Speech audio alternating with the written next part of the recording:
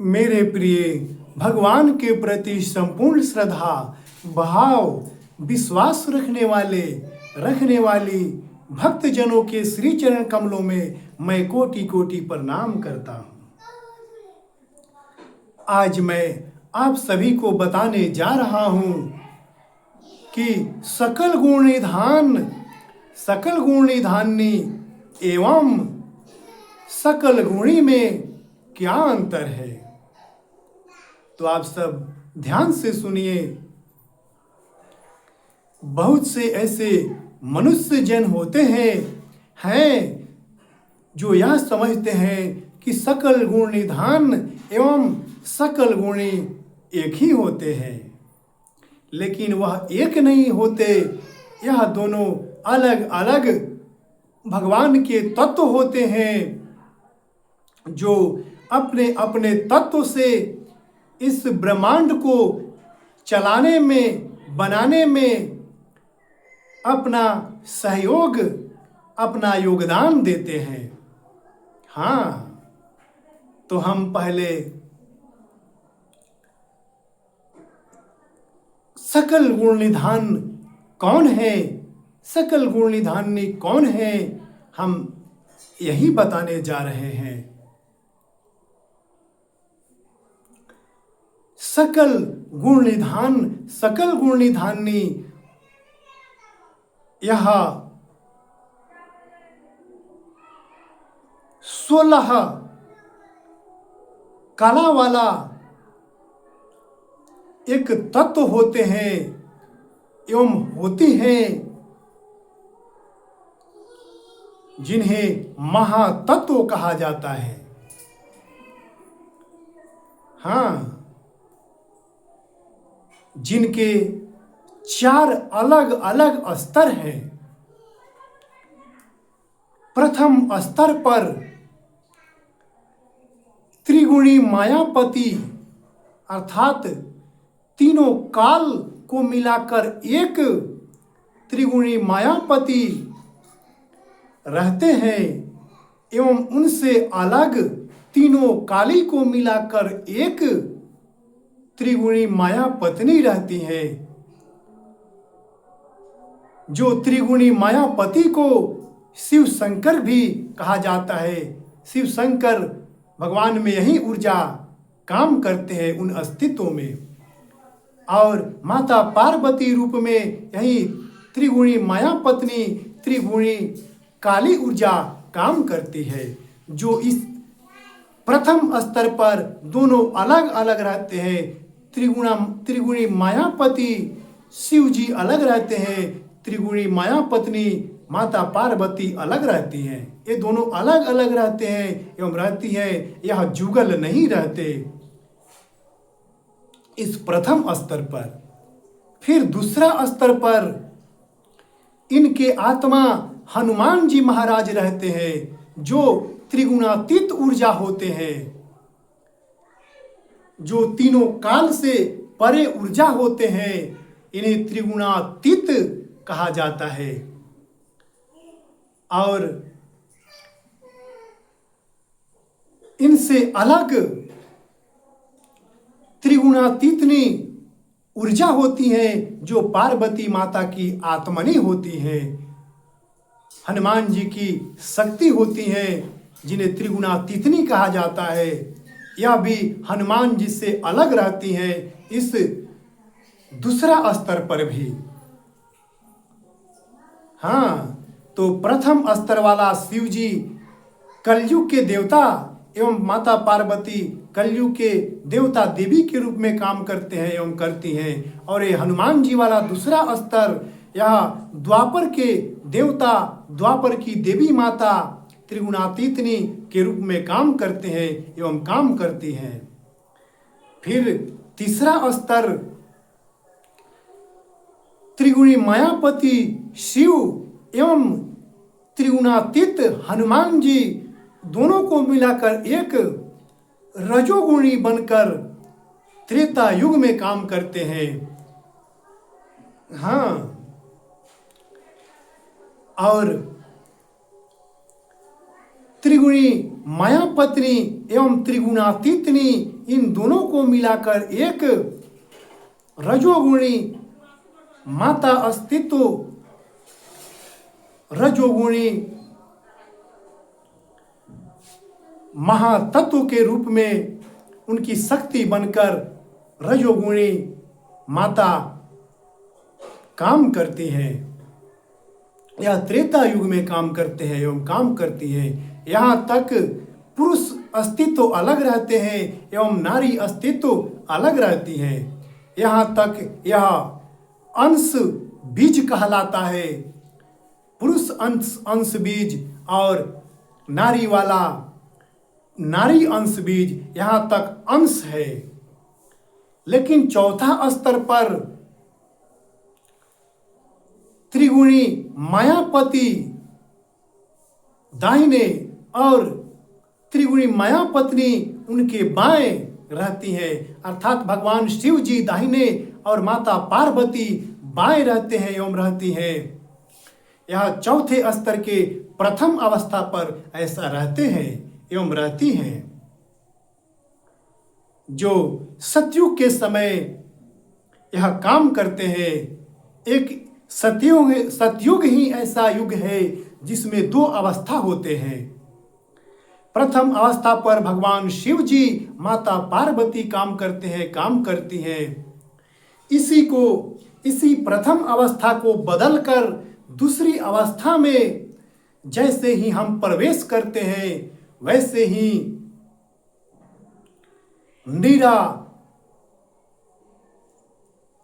शरीर में रहने वाली वह सकल गुण निधान सकल गुण निधानी प्रभु का स्वरूप रहता है, जिसमें हनुमान जी त्रिगुणातीत आगे, उनकी शक्ति त्रिगुणातीत ने उनके बाएं, फिर उनके पीछे त्रिगुणी मायापति भगवान शिव जी और उनके बाएं त्रिगुणी मायापत्नी माता पार्वती। इन दोनों को मिलाकर एक बीच में रजोगुणी प्रभु माता के रूप में रहते हैं एवं रहती हैं। फिर इन तीनों को मिलाकर एक 4 नंबर तक चौथे स्तर पर इन तीनों को मिलाकर एक होकर रहते हैं एवं रहती है। यही 4 प्रकार से अलग अलग अस्तित्व होता है सकल गुण निधान सकल गुण निधानी भगवान का। इनको ही अलख निरंजन अलख निरंजनी कहा जाता है। सकल गुण निधान सकल गुण निधानी कहा जाता है। हाँ, जो सतयुग में अपनी अवस्था बदलकर सतयुग को चलाते हैं एवं चलाती हैं, यह अंशी होते हैं एवं होती हैं। यहाँ जुगल स्वरूप होते हैं, पुरुष आगे और नारी पीछे, इन सब को मिलाकर एक होते हैं। यह जुगल स्वरूप होते हैं। हाँ, बाकी जो तीनों अंश थे यह अलग अलग थे, यह जुगल नहीं थे। लेकिन यहाँ अंशी होते हैं जो जुगल होते हैं एवं होती हैं। अब हम सकल गुणी की बात करते हैं तो सकल गुणी काल तत्व को कहा जाता है, जो 12 कला के तत्व होते हैं, जिनमें प्रथम स्तर पर यमराज काल रहते हैं एवं उनसे अलग यमराजनी काली रहती है, जो कलयुग के काल एवं काली का प्रतिनिधित्व करती हैं एवं करते हैं। हाँ, यहाँ केवल काल एवं काली ही रहती हैं अलग अलग। फिर दूसरा स्तर पर काल की आत्मा सूर्य भगवान, जो दिन में उगते हैं वहीं सूर्य भगवान, काल की आत्मा सूर्य भगवान रहते हैं दूसरे स्तर पर। और उनसे अलग उनकी सूर्यानी शक्ति रहती है, जो सतोगुणी काल होते हैं और उनकी शक्ति सतोगुणी काली होती है। हाँ, और यमराज तमोगुणी काल होते हैं एवं उनकी शक्ति काली तमोगुणी काली होती है। तो यहाँ पर सूर्य नारायण सतोगुण काल, सतोगुणी काली, यह द्वापर युग में काल के आत्मा अपनी ऊर्जा के साथ काम करते हैं एवं काम करती हैं। यहाँ भी यह जुगल नहीं होते, दोनों पुरुष और नारी अलग अलग होते हैं एवं होती हैं। फिर तीसरा स्तर पर काल और काल के आत्मा सूर्य भगवान, इन दोनों को मिलाकर एक होते हैं।